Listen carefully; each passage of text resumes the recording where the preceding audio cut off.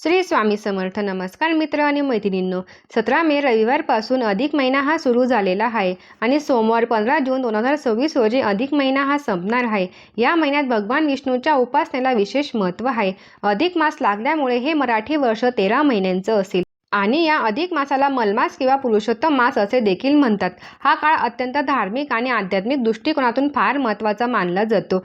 या अधिक मासात केलेल्या कर्माची फळं अनेक पटींनी वाढतात. बघा, हिंदू पंचांगानुसार अधिक मास हा 13 महिन्यांचा असतो. हा दर 3 वर्षांनी येत असतो आणि या महिन्यात सूर्य संक्रांत नसते, म्हणून हा महिना मलिन म्हणून मानला जातो. या महिन्यात कोणतेही मंगल कार्य केले जात नाही. भगवान विष्णू स्वतः या महिन्याचे स्वामी आहेत. या महिन्यामध्ये विष्णू पूजा, रामनाम, भागवत पारायण, तुळशी पूजा करणं अत्यंत फलदायी असतं. बघा, जेव्हा एक चंद्रमास दोनदा येतो तेव्हा पहिल्याला अधिक मास आणि दुसऱ्याला शुद्ध मास असे म्हणतात. चंद्र आणि सूर्य वर्षामध्ये संतुलन राखण्यासाठी अधिक मास हा दर 3 वर्षांनी येत असतो. या महिन्याला धोंड्याचा महिना असेही म्हणतात. नकारात्मकतेला तुमच्या जीवनावर प्रवाह टाकून राहण्यासाठी किंवा रोखण्यासाठी या महिन्यात काही नियमांचे पालन केलं पाहिजे. अधिक मास हा साधा महिना नाही, हा पुण्याचा महासागर आहे आणि या महिन्यामध्ये केलेल्या एका छोट्या नियमाने संपूर्ण वर्षाचं पुण्य मिळतं. पण चुकीच्या गोष्टी केल्या तर ते पुण्य नष्ट देखील होतं. आणि म्हणूनच आज आपण जाणून घेणार आहोत, या ज्या काही चुका आहेत त्या अजिबात आपल्याला करायच्या नाही. त्या 99% लोकांना माहीत नसेल. या चुका कोणत्या आहेत, तसेच या अधिक महिन्यात काय करावे, काय करू नये, कोणत्या चुका आवर्जून पाळाव्यात याविषयी संपूर्ण माहिती आज आपण आजच्या व्हिडिओत पाहणार आहोत. त्यासाठी व्हिडिओ स्किप न करता शेवटपर्यंत नक्की पहा. रोज भगवान विष्णूची पूजा करा. अधिक मासामध्ये रोज भगवान विष्णूची म्हणजेच राम, कृष्ण, विठ्ठल यांची पूजा करा. फूल, तुळस, दीप, नैवेद्य अर्पण करा. फक्त 5 मिनिटे पूजा केली तरी सुद्धा या महिन्यामध्ये त्याचं पुण्य तुम्हाला अनेक पटींनी मिळणार आहे. अधिक मासात भगवद्गीतेचा 15वा अध्याय जो आहे तो पुरुषोत्तम योग या नावाचा अध्याय आहे आणि हा अध्याय वाचावा किंवा ऐकावा, कारण हा अध्याय भगवद्गीतेचा अर्क मानला जातो आणि परमात्म्याचं ज्ञान प्राप्त होतं. तसेच अधिक मासात रोज 15व्या अध्यायाचे वाचन किंवा श्रवण केल्याने पितृदोष निवारण होतं आणि अक्षय पुण्याची प्राप्ती देखील होते. अधिक महिन्यामध्ये अनारसे, बत्तासे, खारका, सुपारी किंवा फळं असतील तर ते 33 संख्येमध्ये पात्रासह दान करायचे आहेत. आता जावयाला वेगळे दान देणे, हे जे दान आहे ते आपल्याला एखाद्या मंदिरामध्ये गुरुजींना किंवा एखाद्या गरजू व्यक्तीला तुम्हाला द्यायचं असेल तर तुम्ही देऊ शकता. संपूर्ण अधिक महिन्यात सात्विक अन्न ग्रहण करावे. कांदा, लसूण, मांसाहार पूर्णपणे टाळावा. अधिक महिन्यामध्ये दररोज सकाळी ब्रह्ममुहूर्तावर म्हणजे सूर्योदयापूर्वी स्नान करावे. शक्य असल्यास पवित्र नद्यांवर किंवा तीर्थक्षेत्री स्नान करावे आणि शक्य असेल तर घरीच दररोज पाण्यामध्ये गंगाजल टाकून स्नान करावे. भगवान विष्णूंच्या कृपेसाठी पुरुष सूक्ताचे पठण करावे, अत्यंत फलदायी मानलं जातं. अधिक महिन्यामध्ये विष्णू मंदिरात किंवा तुळशीपाशी नित्य दिवा म्हणजे दीपदान करावे, हे देखील पुण्याचं काम मानलं जातं. अधिक मासामध्ये काही न करता रोज नामस्मरण करा. फक्त ओम नमो भगवते वासुदेवाय नमः किंवा ओम नमः शिवाय तुम्ही एकदा तुमच्या कुलदेवतेचा मंत्र जसं की ओम नमो कुलदेवताय नमः या मंत्राचा 108 वेळा जप केला तरी सुद्धा चांगलं आहे. त्याचप्रमाणे श्रीराम जय जय राम या मंत्राचा देखील जप तुम्ही करू शकता. त्याचबरोबर तुम्ही रोज हरिपाठ सुद्धा वाचू शकता किंवा ऐकू शकता. यासाठी वेळ किंवा पैसा काही नको, फक्त श्रद्धा हवी. बघा, अधिक मासामध्ये जर तुम्ही कोणतेही व्रत करू शकणार नसाल तर दररोज जेवण करताना अधिक मासामध्ये आपण मौन पाळू शकतो. हे व्रत खूप महत्त्वाचे आहे. हे सगळं व्रत केल्याचं पुण्य आहे. जर तुम्हाला अधिक मासात जेवताना मौन पाळता आलं तर अवश्य पाळा. भगवान विष्णूची पूजा करावी. त्यांच्या मूर्तीला किंवा प्रतिमेला तुळशी दल अर्पण करावे. दररोज विष्णू सहस्रनामाचे पठण किंवा श्रवण करावे. अधिक महिन्यात भुकेल्यांना किंवा गरजू लोकांना अन्नदान करावे. गरजूंना कपड्याचे दान करावे. अधिक मासात गोड पदार्थाचे दान करणे शुभ मानले जाते. शक्य असल्यास ब्राह्मणांना किंवा गरजू व्यक्तींना भोजन घालून दक्षिणा द्यावी. अधिक मासात सुवासिनी स्त्रियांनी 33 अनारसे किंवा 33 दिव्यांचे दान देणे हे या महिन्याचे खास वैशिष्ट्य आहे. आता बघा, अधिक महिन्यात काही घरी ही सुद्धा पद्धत आहे की अधिक मासामध्ये दररोज तुळशीला काहीतरी वाण दिला जातं. तर हा वाण कशा पद्धतीचा असू शकतो? ओटीचं सामान आपण दररोज तुळशी मातेला अर्पण करायचं. यासाठी आठवड्यातून एकदा, मग तो तुम्ही गुरुवारचा दिवस निवडा किंवा रविवारचा दिवस निवडा तरी सुद्धा चालेल, पण मंगळवार आणि शुक्रवार हे दिवस खूप चांगले असतील. अधिक मास असल्यामुळे रविवारी सुद्धा तुळशीला पाणी घातलं तरी चालणार आहे, कारण अधिक मास हा वर्षातून एकदा नाही तर 3 वर्षातून एकदा येत असतो. तुळशीची पानं विष्णूंना वाहिली तर मनोकामना पूर्ण होतात असं शास्त्र सांगतं. मुलींनी आपल्या आईची जर हयात असेल तर नक्कीच आपल्या आईची ओटी भरा. समजा आई नसेल तर आईच्या फोटोपुढे तुम्ही ती ओटी ठेवू शकता. याशिवाय आई नसेल तर वहिनी, काकू, मावशी, मामी, चुलती यांची देखील तुम्ही ओटी भरू शकता किंवा कुलस्वामिनीची किंवा आजूबाजूला एखाद्या कोणत्याही देवीचं मंदिर असेल तर त्या देवीची ओटी भरली तरी देखील चालणार आहे. या महिन्यात भागवत पारायण करा किंवा ऐका. अधिक मासामध्ये श्रीमद भागवत पारायण करणं सर्वश्रेष्ठ मानलं जातं. घरी शक्य असेल तर घरी किंवा मंदिरामध्ये किंवा अगदी भागवत कथा रोज ऐका. ऐकणे हे पारायण करणे एवढंच पुण्यकारक आहे. अधिक महिन्यात दान नक्की करा. गोरगरिबांना अन्न देणे, कपडे दान करणे अधिक मासामध्ये केलेलं दान सर्वात पुण्यदायी असतं. आपल्या ऐपतीनुसार अन्नदान, वस्त्रदान, पुस्तकदान किंवा गाईला चारा या सगळ्याचं पुण्य या महिन्यामध्ये शतपटीने वाढतं. महिन्यातून एकदा तरी किमान दान करावे. अधिक महिन्यात उपवास करा. अधिक महिन्यामध्ये एकादशीचा उपवास करणं सर्वश्रेष्ठ आहे. शक्य नसेल तर आठवड्यातून एकदा गुरुवारी किंवा एकादशीला उपवास करा. उपवासाने मन, शरीर आणि आत्मा हे दोन्ही शुद्ध होतात. या महिन्यात सकाळी लवकर उठा. अधिक महिन्यामध्ये ब्रह्ममुहूर्तावरती म्हणजेच पहाटे 4 ते 6च्या दरम्यान उठणं अत्यंत शुभ आहे. यावेळी वातावरणामध्ये सकारात्मक ऊर्जा सर्वाधिक असते. स्नान करून पूजा केल्यास पुण्याचं फळ इतर वेळेपेक्षा जास्त मिळतं. या महिन्यात गोमातेची सेवा करा. गाय ही आपल्या हिंदू संस्कृतीमध्ये माता आहे. अधिक महिन्यामध्ये गायला हिरवा चारा, गुळ, पोळी खाऊ घालणं हे महापुण्याचं काम मानलं जातं.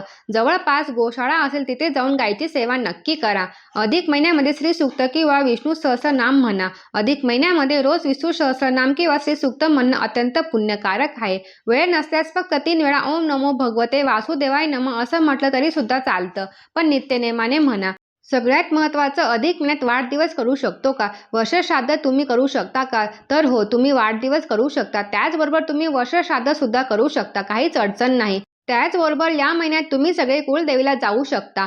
या अधिक महिन्यामध्ये श्रीमद भगवत कथा किंवा गीतेचं पठण केल्याने आध्यात्मिक प्रगती होते. तसेच अधिक महिन्यात स्नानाला देखील विशेष महत्त्व दिलं जातं. म्हणून अधिक महिन्यामध्ये पवित्र नद्यांमध्ये स्नान करणे किंवा घरीच अंघोळीच्या पाण्यामध्ये गंगाजल टाकून स्नान करणे देखील अत्यंत लाभदायक मानलं जातं. त्याचप्रमाणे भगवान श्रीहरी विष्णूंचा एक मंत्र आहे. अगदी साधा आणि सोपा मंत्र आहे. या मंत्राचा 108 वेळा जप करावा. तो कोणता आहे ते मी तुम्हाला सांगणार आहे. ओम नमो भगवते वासुदेवाय नमः हा 12 अक्षरी मंत्र म्हणजेच द्वाक्षरी मंत्र अत्यंत शक्तिशाली आणि प्रभावशाली आहे. अधिक महिन्यात तुळशीच्या माळेवर रोज 108 वेळा या मंत्राचा जप करावा. बघा, या मंत्राची मी तुम्हाला पुन्हा आठवण करून देत आहे. विष्णू सहस्रनाम स्तोत्राचं पठण अधिक महिन्यामध्ये आवर्जून करावं.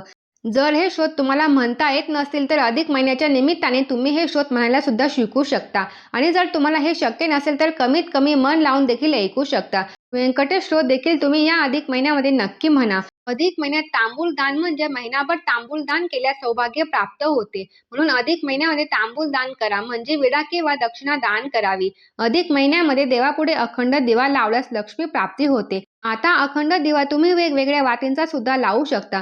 दीपदानाला अधिक महिन्यामध्ये महत्त्व आहे, म्हणून दीपदान सुद्धा करावं. आपोपदान आणि दीपदान म्हणजे लेक जावायला आपण अनारशाचं दान देतो, ज्याला आपोपदान म्हणतात. आणि दीपदान म्हणजे अगदी छोट्याशा तांब्याच्या पितळाचा दिवा तुम्ही देऊ शकता. असेल तर तो दिवा देणे सुद्धा खूप महत्त्वाचं आहे. म्हणजेच काय तर या दोन्ही गोष्टी साध्य व्हाव्यात, आपोपदान आणि दीपदानाला खूप महत्त्व आहे. लेक जावयाला लक्ष्मीनारायण मानून त्याचा सन्मान करण्यासाठी त्यांना घरी बोलवलं जातं. श्रीहरी विष्णूने सांगितल्याप्रमाणे या अधिक महिन्यामध्ये भूमी मिशन व्रत म्हणजे की बेडवर झोपायचं नाही, गादीवर झोपायचं नाही. संपूर्ण अधिक मास खाली फरशीवरती सतरंजीवर चटई टाकून झोपायचं आहे. मग ते दुपारी झोपणं असो किंवा रात्रीचं झोपणं असो किंवा बसणं असो, गादीवर किंवा बेडवर बसायचं देखील नाही. संपूर्ण अधिक मास पत्तरवाळीवर जेवण करायचं आहे. ताटामध्ये जेवण करायचं नाही. हा देखील नियम तुम्ही या महिन्यात पाळू शकता. त्यानंतर एक वेळ जेवण करून सुद्धा तुम्ही अधिक मास पाळू शकता, उपवास करू शकता. त्याचप्रमाणे संपूर्ण अधिक महिन्यात तुम्ही गाईला गायगिरास घालू शकता. अधिक मासामध्ये जोडपं भोजन म्हणजे एखादं जोडपं बोलवायचं आणि संपूर्ण अधिक मासांना दुपारचं किंवा रात्रीचं जेवण आपल्या घरी जेवू घालायचं आहे. किंवा तुम्ही एखादी म्हातारी स्त्री बोलवू शकता, तिला सुद्धा जेवण घालू शकता. या महिन्यात दीपदान करू शकता, आवळी स्नान करू शकता, तीर्थस्नान करू शकता. त्यानंतर तीळ किंवा तांदूळ सुद्धा दान करू शकता. धान्य दान करू शकता. सौभाग्याच्या वस्तूचे दान करू शकता. गोदान करू शकता. धरण पारण भोजन व्रत करू शकतो, म्हणजे एक दिवस जेवण करायचं, एक दिवस उपवास करायचा किंवा फक्त दिवसातून एकदा जेवण करायचं, असं हे एक वेळचं व्रत आपण करू शकतो. जर तुम्हाला ओरडून बोलायची सवय असेल, कोणाचा अपमान करायची सवय असेल तर तुमच्या बोलण्यामुळे लोक खूप दुःखी होतात. मग घरचे असतील किंवा बाहेरचे असतील तर संपूर्ण अधिक मास तुम्ही कठोर न बोलण्याचे व्रत धरू शकता. या अधिक महिन्यामध्ये केली जाणारी काही लोकप्रिय व्रते सुद्धा आहेत. जे महिला आवर्जून वर्षानुवर्षे करत असतात त्यामध्ये हळदी कुंकू व्रत, स्वस्तिक व्रत, गोपद्य व्रत केलं जातं. अधिक महिन्यात दररोज तुळशीची पूजा केली जाते किंवा एखादी सुवासिनी बोलवून तिची ओटी भरली जाते. तिला चहा किंवा दूध जे आवडत असेल ते दिलं जातं. तर ही काही व्रते आणि दान आहेत जी आपण अधिक मासामध्ये नक्की करू शकतो. बघा, या महिन्यामध्ये मनुष्याने आपली प्रकृती पाहून आपल्याला हे व्रत करायचं आहे आणि प्रत्येक व्रत हे संकल्प करूनच करायचं आहे. अधिक महिन्यात संक्षिप्त श्रीमद भागवत ग्रंथ किंवा भागवताचा जो मूळ ग्रंथ आहे त्याचं पारायण तुम्ही करू शकता. ज्यांची इच्छा आहे त्यांनी भागवत गीतेचे देखील पठण करू शकता. त्याचप्रमाणे भगवान विष्णूचे जे तुम्हाला ग्रंथ माहीत असेल त्यांचे देखील तुम्ही पारायण करू शकता. अधिक मासामध्ये नवनाथ पारायण, गुरुचरित्र पारायण, दुर्गा सप्तशती ग्रंथाचे पारायण तुम्ही करू शकता. पशुपती व्रत तुम्ही करू शकता. स्वामी चरित्र सारामृत, त्याचबरोबर मल्हार सप्तशती ग्रंथ किंवा श्रीपाद श्रीवल्लभ चरित्राचं पारायण तुम्ही करू शकता. अधिक मास जोपर्यंत चालू आहे तोपर्यंत आपल्याला आवडणाऱ्या एखाद्या वस्तूचं किंवा एखाद्या पदार्थाचा त्याग करावा. बरेच जण पंचामृतातील काही पदार्थाचा त्याग करतात. म्हणजे कोणी महिन्याभर दुधाचे सेवन करत नाही तर कोणी महिन्याभर साखर भात खात नाही. त्याचप्रमाणे आवडणारे पदार्थ किंवा एखादं फळ असेल तर त्याचाही त्याग करू शकता. अधिक महिन्यामध्ये काही जण वस्तूंचा त्याग करतात. म्हणजे जसे की चप्पल वगैरे घालत नाही किंवा मग दुसरं अजून काय सांगायचं झालं तर कोणी कोणी संपूर्ण अधिक महिन्याभर दाढी काढत नाही किंवा केस कापत नाही, चप्पल वगैरे घालत नाही. अधिक महिन्यामध्ये जावयाला कोरडी कपडे म्हणजे कपडे देत असताना ती कोरडी देऊ नये. कपड्याला थोडंसं हळदी कुंकू लावूनच मगच ते हातात द्यावी, हे शुभ मानलं जातं. तुम्ही केलेल्या सेवांचा अनुभव येत नसेल तर तुम्ही समजून जा की तुमच्याकडून तुमच्या कुलदेवती, तुमची कुलदैवत किंवा तुमच्या पितरांची सेवा होत नाहीये. जोपर्यंत आपली कुलदेवी, कुलदैवत किंवा पितरांची सेवा आपण करत नाही तोपर्यंत जे काही आपण व्रत, वैकल्य, पूजापाठ, पारायण करत असतो तर त्याचं आपल्याला हवं तसं फळ मिळत नाही. आपल्याला जे रिझल्ट आपल्याला बघायचे असतात ते आपल्याला मिळत नसतात. त्यामुळे या अधिक महिन्यापासून तुम्ही तुमची कुलदेवी असेल तर तुमच्या कुलदेवीचे उपवास करायला सुरुवात करू शकता. तुमच्या कुलदेवीचा जो वार असेल त्या दिवशी तुम्ही सकाळी तुमच्या कुलदेवीच्या मूर्तीवर किंवा टाकांवर अभिषेक करू शकता किंवा मूर्तीवर, टाकावर, फोटोंवर किंवा तुमच्या कुलदेवीचा जो काही वार आहे त्या दिवशी कुंकुमार्चन देखील करू शकता. तुमच्या देवीचा जो कोणता मंत्र असेल तो तुम्ही कुंकुमार्चन करताना म्हणू शकता. कुलदेवीची आरती तुम्हाला नित्यनेमाने घरात करायला सुरुवात करा. त्याचबरोबर प्रत्येक महिन्याच्या पौर्णिमेला घरच्या घरी किंवा तुमच्या घराच्या आजूबाजूला तुमच्या कुलदेवीचं मंदिर असेल तर तिथे जाऊन कुलदेवीची ओटी भरायला सुरुवात करा. घरातील जे पुरुष मंडळी आहेत त्यापैकी कोणत्याही एकाने किंवा कर्त्या पुरुषाने तुमचे जे कुलदैवत आहे त्यांचा उपवास करायला सुरुवात करा आणि मग बघा तुम्हाला तुमच्या आयुष्यामध्ये किती बदल दिसायला लागतील. आता अधिक महिना हा जितका शुभ आणि पवित्र आहे तसेच या महिन्यात काही ना काही महत्त्वाचे नियम पाळणे खूप तेवढेच महत्त्वाचे आहेत. तर आता आपण पुढील प्रमाणे या गोष्टी देखील जाणून घेऊया. 1. या अधिक मासात विवाह, साखरपुडा, मुंडन, जावळ, गृहप्रवेश यासारखे कोणतेही शुभ कार्य हे अजिबात करू नये.